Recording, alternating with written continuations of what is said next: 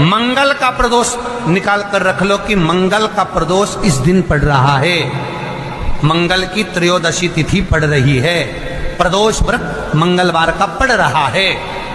और जिन लड़का लड़की को मंगल होते हैं, जिन कन्या और वर को मंगल होते हैं, केवल शंकर भगवान के मंदिर में जाकर चौमुखी दिया, 4 बत्ती का दिया आटे का, उसमें घी डालकर लड़की शंकर भगवान के मंदिर में मात्र 7 बार शंकर पे से उतार कर 3 बार स्वतः उतार कर शिव के मंदिर में रख देती है। उसका मंगल आड़े आता ही नहीं है, मंगल नहीं आता सामने।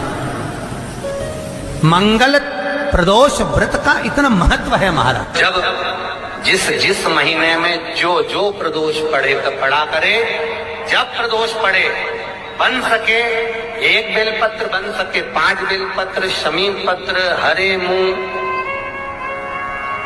हरा मुंह, बेलपत्र, एक कलश के अंदर थोड़ा सा पानी लेकर 1 बेलपत्र, हरा मूंग, शमी पत्र डालकर और उसमें थोड़ा सा गुड़ डालकर भगवान शिव का स्मरण कर कर प्रदोष काल में, मान लो कोई काम आपका बहुत जरूरी है, बहुत दिनों से आप थक गए हैं, नहीं हो रहा, कर्जा बढ़ रहा है, धन नहीं आ रहा, व्यापार नहीं चढ़ रहा, या कोई समस्या बहुत प्रबल है, कोई एग्जाम में बैठ रहे हो नहीं हो रहा, परीक्षा भी दे दी है, रिजल्ट आने ही वाला है, तो भी प्रदोष काल में, प्रदोष के समय वो जल, मूंग, शमी पत्र और बेलपत्र और गुड़ का शंकर के शिवलिंग को समर्पित करना प्रारंभ कर दो।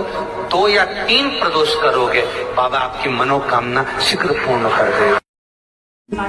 शंकर भगवान पर चढ़े हुए जल जब नीचे की ओर आता है, जिस जगह पर जल गिरता है उस जगह पर मात्र एक दुर्गा प्रदोष के दिन अपनी कामना कर कर इस शरीर के सुख के लिए शंकर भगवान के जल गिरने वाले स्थान के पास में अवधूतेश्वर महादेव के नाम से रख दी जाती है, तो जिंदगी में कभी बड़ी बीमारी नहीं आती। उसी तरह जिससे रोग को समाप्त करने के लिए दुर्वा का प्रयोग किया जाए। कभी ऐसा योग लगे आपके जीवन में कि आप जिस व्यापार को आपने करा उस व्यापार में आपको फल नहीं मिला, फिर आपने व्यापार चेंज करा, फिर बदल कर देखा, फिर उस व्यापार को कर कर देखा, उसमें फल नहीं मिला,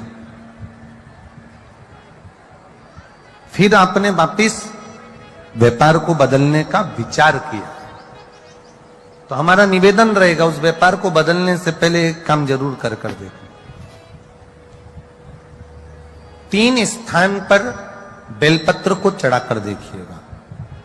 अगर आपको लगे कि मैंने व्यापार बदल लिया, एक बार बदला, कई लोग ऐसे भी होते हैं जो पैसा इकट्ठा करते हैं, धन एकत्रित करते हैं, और कोई व्यापार ऐसा कर लेते हैं जिस व्यापार में धन चले जाता है तो वो धन वापिस नहीं आता, महाराज, वो व्यापार का धन वापिस नहीं आता, तो बड़े दुखी होता है कि भाई मेरा गया हुआ पैसा नहीं आ रहा, मैं बड़ा कष्ट में हूं, मेरा खुद का ही आ जाए ना तो मैं निहाल हो जाऊं, मेरा अपना ही नहीं आ रहा जो गया हुआ है, तो मैं क्या वर्णन करूं उसको, क्या करूं। उनके लिए भी ये प्रयोग, ये शिव विद्येश्वर संहिता का ये भाव बड़ा सुंदर है। आप व्यापार पर व्यापार बदल कर देख लिए, धन भी हमारा कहीं डूब गया, आ नहीं रहा है, तो प्रयास करना 3 स्थान पर चढ़ाई गई बेलपत्र हमें सुख अनुभव करा। अपने मंदिर में, अर्थात अपने घर के पास कोई मंदिर हो, शिवालय हो, देवालय हो, जहां शंकर भगवान विराजमान हो, शिवलिंग हो, ऐसी जगह पर अवश्य करें।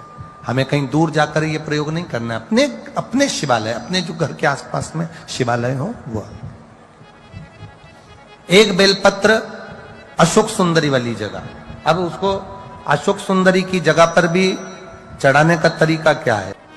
जब हम बेलपत्र चढ़ाएंगे तो उस बेलपत्र को चढ़ाते समय आपकी जो बेलपत्र की डंडी है, वो बेलपत्र रविवार प्रदोष के दिन का ये उपाय है महाराज। ये बेलपत्र की जो डंडी है, इस डंडी का भाग शिवलिंग की ओर होना चाहिए। ये जो डंडी है इसका भाग अशोक सुंदरी पर जब चढ़ाएंगे तो शिवलिंग की ओर इसका भाग होगा महाराज। दूसरी, बेलपत्र को जब हम समर्पित करेंगे, जया, विषहरा, शामरीवारी, दौतली, देव, मान लो जलाधारी ऊपर नहीं है शंकर जी के, तो उसका स्मरण कर कर पांचों कन्याओं का नाम लेकर जया, विषहरा, शामलीवारी, दौतली, देव, इनका स्मरण कर कर शंकर भगवान के शिवलिंग पर बेलपत्र रखेंगे। बेलपत्र कहां रखना है? आप अगर यहां बैठे हो तो आपके विपरीत में डंडी का मुख होना चाहिए। ये बेलपत्र की जो डंडी है इसका मुख आपके विपरीत में हो। आप यहां बैठे हो तो डंडी उधर होगी, आप इधर बैठे हो तो डंडी का मुख इधर होगा, आप उधर बैठे हो तो डंडी का मुख इधर होगा। आपके ठीक विपरीत की ओर डंडी का मुख हो। ये दो जगह बेलपत्र समर्पित करने के बाद तृतीय बेलपत्र शिवलिंग की जो जलाधारी है, जहां पर भगवान शंकर का शिवलिंग रखा है, वहां स्पर्श कराकर, केवल छुआना है, स्पर्श कराकर बेलपत्री के पेड़ के नीचे ही कोई कंकर हो, कोई शंकर हो या कोई मिट्टी का ढेला हो, नी हो, तो वहीं मिट्टी को थोड़ी सी ऊंची कर कर एक बेलपत्र बैठकर इस बेलपत्री की डंडी जड़ की ओर, मतलब जो वृक्ष होता है उस ओर इस डंडी का मुख होना चाहिए। ये 3 रविवार के प्रदोष के दिन शंकर भगवान पर चढ़ाई गई बेलपत्र से हमारा गया हुआ धन भी पुनः आने का रहता है और हमारा जो व्यापार बार बार बंद हो रहा है, शिव की कृपा से एक बार चालू तो चालू हो ही जाता है, शिव तत्व को जाता। आप स्वयं भाग्यशाली हैं, आप स्वयं किस्मत वाले हैं। कोई कैसे कह दे तुमको कि तुम अभागे हो? ना ना, हमारे बराबर भाग्य नहीं है किसी का।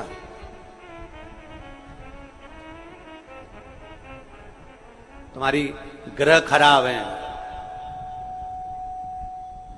तुम्हारे ग्रह खराब है। संभेश्वर महादेव का नाम 7 कनेर के पुष्प, कितने? 7 कनेर मान लूंगा। ये रोड पर जो जाते हो डिवाइडर में पीला पीला फूल लंबा, जो कि पशु पक्षी कोई नहीं खाता, जहरीला फूल माना जाता है, कनेर के 7 फूल, एक बेलपत्र। जिस समय पर कनेर का फूल बेलपत्र के साथ चढ़ाया जाएगा तो 7 कनेर के पुष्प सीधी बेलपत्र पर आपको रखना। 2-3 प्रदोष कर कर देखना। अगर कोई आपसे कहे कि आपका भाग्य ठीक नहीं चल रहा, आपकी किस्मत ठीक नहीं चल रही, आपके ग्रह ठीक नहीं चल रहा है, आप भाग्यशाली नहीं हो, पहले तुम वहां से उठ जाओ। उसके बाद में देवाधिदेव महादेव के पास 7 कनेर के पुष्प एक बेलपत्र में रखकर नंदीश्वर के पास में बैठकर श्री शिवाय नमस्तुभ्यम बोलकर अशोक सुंदरी वाली जगह पर स्पर्श कराकर भगवान शंकर पर 7 फूल के साथ बेलपत्री की डंडी अशोक सुंदरी की साइड हो, ऐसा स्मरण करते हुए शिव को समर्पित कर दे। वही बेलपत्री 5 बार नमः शिवाय या पंचाक्षर मंत्र, षडाक्षर मंत्र या श्री शिवाय नमस्तुभ्यम बोलकर वही बेलपत्री 3 प्रदोष, 4 प्रदोष, 5 प्रदोष, 2 प्रदोष, जितने प्रदोष आप चढ़ा रहे हैं प्रदोष काल में, वो बेलपत्री लाकर अपने कक्ष में अपने पूजन वाले स्थान पर रखते जाओ। एक बेलपत्री एक प्रदोष पर लाओगे, अगला प्रदोष आएगा, कितना अंतर पड़ता है आपके भाग्य बदलने में, आपको खुद मालूम पड़ जाएगा कि आपकी किस्मत कैसे बदल गई। मेहनत आपको करना है, परिश्रम आपको करना है, लगन आपको लगाना है, और बेलपत्री और कनेर का पुष्प शिव को चढ़ा चालू करो। प्रदोष चढ़ाना, और जब प्रदोष चढ़ाओगे तो अगस्त के महीने की जो प्रदोष आएगी 17 अगस्त को, तब तुम सीहोर कावड़ भरने के लिए आओगे सरी, तब एक प्रदोष पे यहां पे भी चढ़ा ले, चढ़ाओ शंकर का भजन। यहां नहीं चढ़ा सकते, अपने घर पर चढ़ाओ, अपने शिवालय में चढ़ाओ, अपने देवालय में चढ़ाओ, अपने नजदीक में जो शंकर मंदिर वहां चढ़ाओ। आराधना शिव की। कोई कह दे तुमसे कि ये ठीक नहीं, प्रथम आप ये जो कनेर के फूल चढ़ाओगे ना, इसमें श्रंभेश्वर महादेव का भाव होना चाहिए। श्रंभेश्वर महादेव, फिर से एक बार बोलो, कौन से महादेव?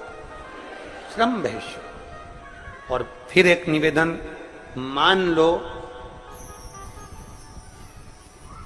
कि डॉक्टर कह दे कि बच्चे की धड़कन नहीं आ रही है, 7 पुष्प कोई से भी, 7 बेलपत्र अशोक सुंदरी वाली जगह पर एक एक कर कर बेलपत्र, एक बेलपत्र एक पुष्प अशोक सुंदरी वाली, एक बेलपत्र एक पुष्प अशोक सुंदरी वाली जगह पर चढ़ा दीजिए, और एक बेलपत्र उसमें से एक पुष्प लेकर अपने घर जाइए, और 15 दिन के बाद वापिस उस बच्चे की सोनोग्राफी जांच डॉक्टर के कहने से कराइए। बाबा उस बच्चे की धड़कन, श्वास और शरीर पूरा देगा। श्रंभेश्वर महादेव में, श्रंभेश्वर महादेव का जब नाम लिया जाता है तो 33 कोटि देवी देवताओं का एक साथ नाम उच्चारण हो जाता है। 33 कोटि देवताओं। श्रंभेश्वर, बोल श्रंभेश्वर महादेव की जय।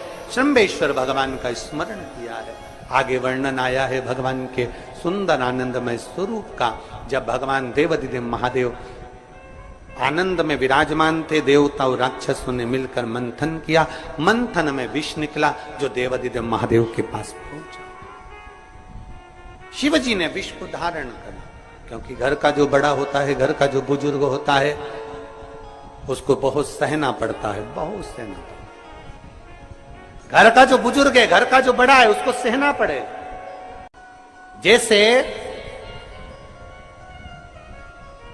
तुम्हारे घर में बिजली है, अरे बोलो तो जम के, लाइट बिजली है। प्रत्येक घर में बिजली होती है, तो क्या प्रत्येक घर बिजली घर बन जाता है? जम के बोलो जरा। बिजली घर तो 1 2 कहीं कहीं, बड़ा शहर है तो थोड़े ज्यादा हो सकते, छोटा शहर है, छोटा गांव है तो बिजली घर 1 2। प्रत्येक घर में बिजली होती है, पर सारे घर बिजली घर नहीं कहलाते, बिजली घर नहीं बन जाते। बिजली घर तो कोई सा घर होता है। उसी तरह ढेर सारे तुम्हें कथा करने वाले भी मिलेंगे, ढेर सारे तुम्हें ज्ञान देने वाले भी मिलेंगे, ढेर सारे तुम्हारे पास में, तुम्हें मोबाइल खोलोगे, टीवी खोलोगे तो ढेर सारे महाराज मिलेंगे, पर सब देवाधिदेव महादेव के भक्त नहीं मिल जाते। बड़ा कठिन होता, बहुत कठिन। प्रत्येक घर बिजली घर नहीं होता। उसी तरह घर में रहने वाला प्रत्येक व्यक्ति शंकर का भक्त नहीं होता। उस घर में रहने वाले 10 लोगों में, 15 लोगों में, 20 लोगों में, 25 लोगों में, 5 लोगों में, 10 लोगों में कोई 1 2 ऐसे होते हैं, कोई 1 आध 2 ऐसे होते हैं जो शंकर की भक्ति में डूबे होते हैं, शिव के स्मरण में डूबे होते हैं। घर वालों को लगता है कि काम पर काम हो रहे हैं, अच्छे काम हो रहे हैं, खूब अच्छे काम हो रहे हैं, पूरे खानदान में अच्छे काम हो रहे हैं। कई लोग कहते हैं इसकी कृपा हो गई, उसकी कृपा हो गई। ना, जो रोज तुम्हारे घर में से कोई एक व्यक्ति शंकर को जल चढ़ाने जा रहा है, ये उसकी कृपा है जो तेरे घर में आज सब कुछ आनंद होता चलेगा। ये उसकी कृपा है। अंत बिंदु मेरा शिव है। चंचुला देवी हाथ जोड़कर कहती है, प्रभु कृपा करें। भगवान शिव विष पीकर नीलकंठधारी बन जाते हैं। अमृत पीने वाले देव कहलाए और विष पीने वाला देवाधिदेव महादेव कहलाए। महादेव। थोड़ा दुख आए तो चिंता न करना, बाबा कुछ अच्छा करने वाला होगा। थोड़ा कष्ट आए तो चिंता मत करना, बाबा कुछ अच्छा करने वाला होगा। जल्दी से काम नहीं निपटे, बहुत मेहनत करना पड़ रही है। हम 3 बार 4 बार कुबेरेश्वर धाम आ गए, 5 बार आ गए, बाबा कब सुनेगा? चिंता मत करना, फाइल थोड़ी मोटी है, पर बाबा थोड़ा समय लगाएगा, करेगा। किसी को खाली नहीं भेजता तो तुम्हें कैसे भेज दे? किसी को नहीं भेजा उसने खाली। ये इतने इतने एक बहन ने तो पूरी डॉक्टरों की 1 2 3 4 5 6 7 फाइल लगाई। 7 डॉक्टरों की 7 डॉक्टरों की फाइल लगाई है। और सब डॉक्टरों ने कह दिया था कि तेरे घर संतान नहीं होगी। तो नहीं, फिर भी शिव ने 1 साल नहीं, 2 साल नहीं, 3 साल नहीं, 4 साल नहीं, 5 साल बाद दिया। तो देता जरूर है, थोड़ा समय लग सकता है। विष पीने के बाद भी बाबा का नाम नीलकंठधारी हो गया, त्रिपुंडधारी हो गया, त्रिकालदर्शी, कैलाशी, अविनाशी। शिव कथा कह रही है, भगवान शंकर का चरित्र कह रहा है, शिव महापुराण की कथा कह रहा है, ओगड़दानी का चरित्र, बाबा के सुंदर 12 ज्योतिर्लिंग का चरित्र श्रवण कराया, वर्णन किया। फिर वर्णन आया है मल्लिकार्जुन का। कार्तिक के बाबा जब रुष्ट होकर चले गए तो उनको श्री शैलम पर जाकर मनाया, मल्लिकार्जुन के रूप में विराजमान। जब अपने नजदीक में, अपने क्षेत्र में शिव महापुराण की कथा हुआ करे तो 7 दिन नहीं तो छठे दिन, 7वें दिन, एक दिन जाकर बाबा की उस धरा को प्रणाम जरूर करा। मल्लिकार्जुन के रूप में पुजाए। तीसरा महाकाल जी का वर्णन किया, दूषण नाम के राक्षस के संहार के लिए भगवान काल अधिपति महाकालेश्वर बन गए। फिर वर्णन आया है श्री ओमकारेश्वर जी का, बिंद नामक पर्वत के तप करने पर भगवान ओमकार के रूप में विराजमान। अगला वर्णन आया है केदारनाथ नर नारायण के तप करने पर भगवान केदारेश्वर के रूप में विराजमान। फिर वर्णन आया है श्री भीमाशंकर, कुंभकर्ण के बेटे भीम का संहार कर कर भगवान शिव भीमाशंकर बन जाते हैं। अगला वर्णन आया है काशी विश्वनाथ, मनुशत्रुपा के तप करने पर भगवान काशी में विराजमान हो जाते हैं विश्वनाथ बनकर। त्र्यंबकेश्वर, गौतम बाबा पर गौ हत्या का दोष लगा, बाबा ब्रह्मा विष्णु महेश तीनों स्वरूप में भगवान यहाँ विराजमान हो जाते हैं। वैद्यनाथ, रावण को शिवलिंग ले जाने नहीं दिया, बाबा भूमि पर ही रह गए तो वैद्यनाथ के रूप में विराजमान हो गए। अगला वर्णन है नागेश्वर, दारुक नाम के राक्षस का भगवान ने संहार किया, नागेश्वर के रूप में विराजमान हो। रामेश्वरम, राम जी के कहने पर भगवान शिव रामेश्वरम के रूप में विराजमान। फिर वर्णन आया है कृष्णेश्वर, सुधर्म नाम के ब्राह्मण की धर्मपत्नी भूष्मा के बेटे को भगवान ने जीवित करा है तो भगवान कृष्णेश्वर के रूप में विराजमान। भगवान देवाधिदेव महादेव, त्रिकालदर्शी, कैलाशी, अविनाशी, मेरे शिव 12 ज्योतिर्लिंग। ज्योतिर्लिंग का मतलब है जहां पर शंकर ज्योति के रूप में हमेशा विराजमान, हमेशा विराजमान। एक ज्योति के रूप में मेरा देवाधिदेव महादेव वहां पर विराजमान। और वही ज्योति, हम तो कई लोग कहते हैं कि आपके ये कुबेरेश्वर धाम के कंकर संकर में ऐसा क्या है, कुबेरेश्वर धाम में ऐसा क्या है। हम कहते हैं 12 ज्योतिर्लिंग के मध्य में है, तो हम तो ये मानते हैं कि 12 एक ज्योतिर्लिंग में एक ज्योति होती है, पर कुबेरेश्वर धाम में 12 ज्योतिर्लिंग की ज्योति एक साथ होती है। हम तो ये मानते हैं कि वहां 12 ज्योति एक साथ उसकी धरा। तो आपको लगे कि मेरी जिंदगी बड़ी दुखमय, बड़ी कष्टमय, बहुत तकलीफ चल रही, किसी वृक्ष के नीचे, किसी गमले में या अपने घर में पार्थिव लिंग का निर्माण करें। पार्थिव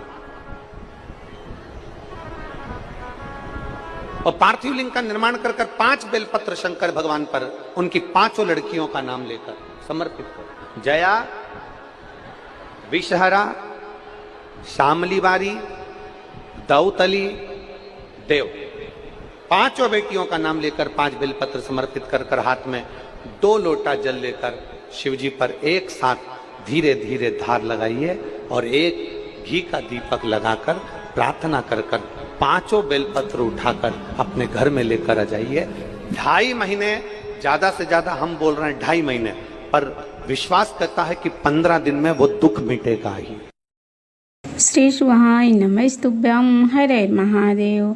पूज्य गुरुजी पंडित प्रदीप मिश्रा जी के द्वारा कथा में बताया गया सावन महीने की मंगलवार के दिन का प्रदोष। इस बार सावन महीने की भौम प्रदोष 22 जुलाई को पड़ रही है, जो कि मंगलवार को है। मंगलवार को प्रदोष को भौम प्रदोष कहते हैं। तो मंगलवार की प्रदोष बहुत खास ही महत्वपूर्ण प्रदोष मानी जाती है। तो आशा करती हूँ यह वीडियो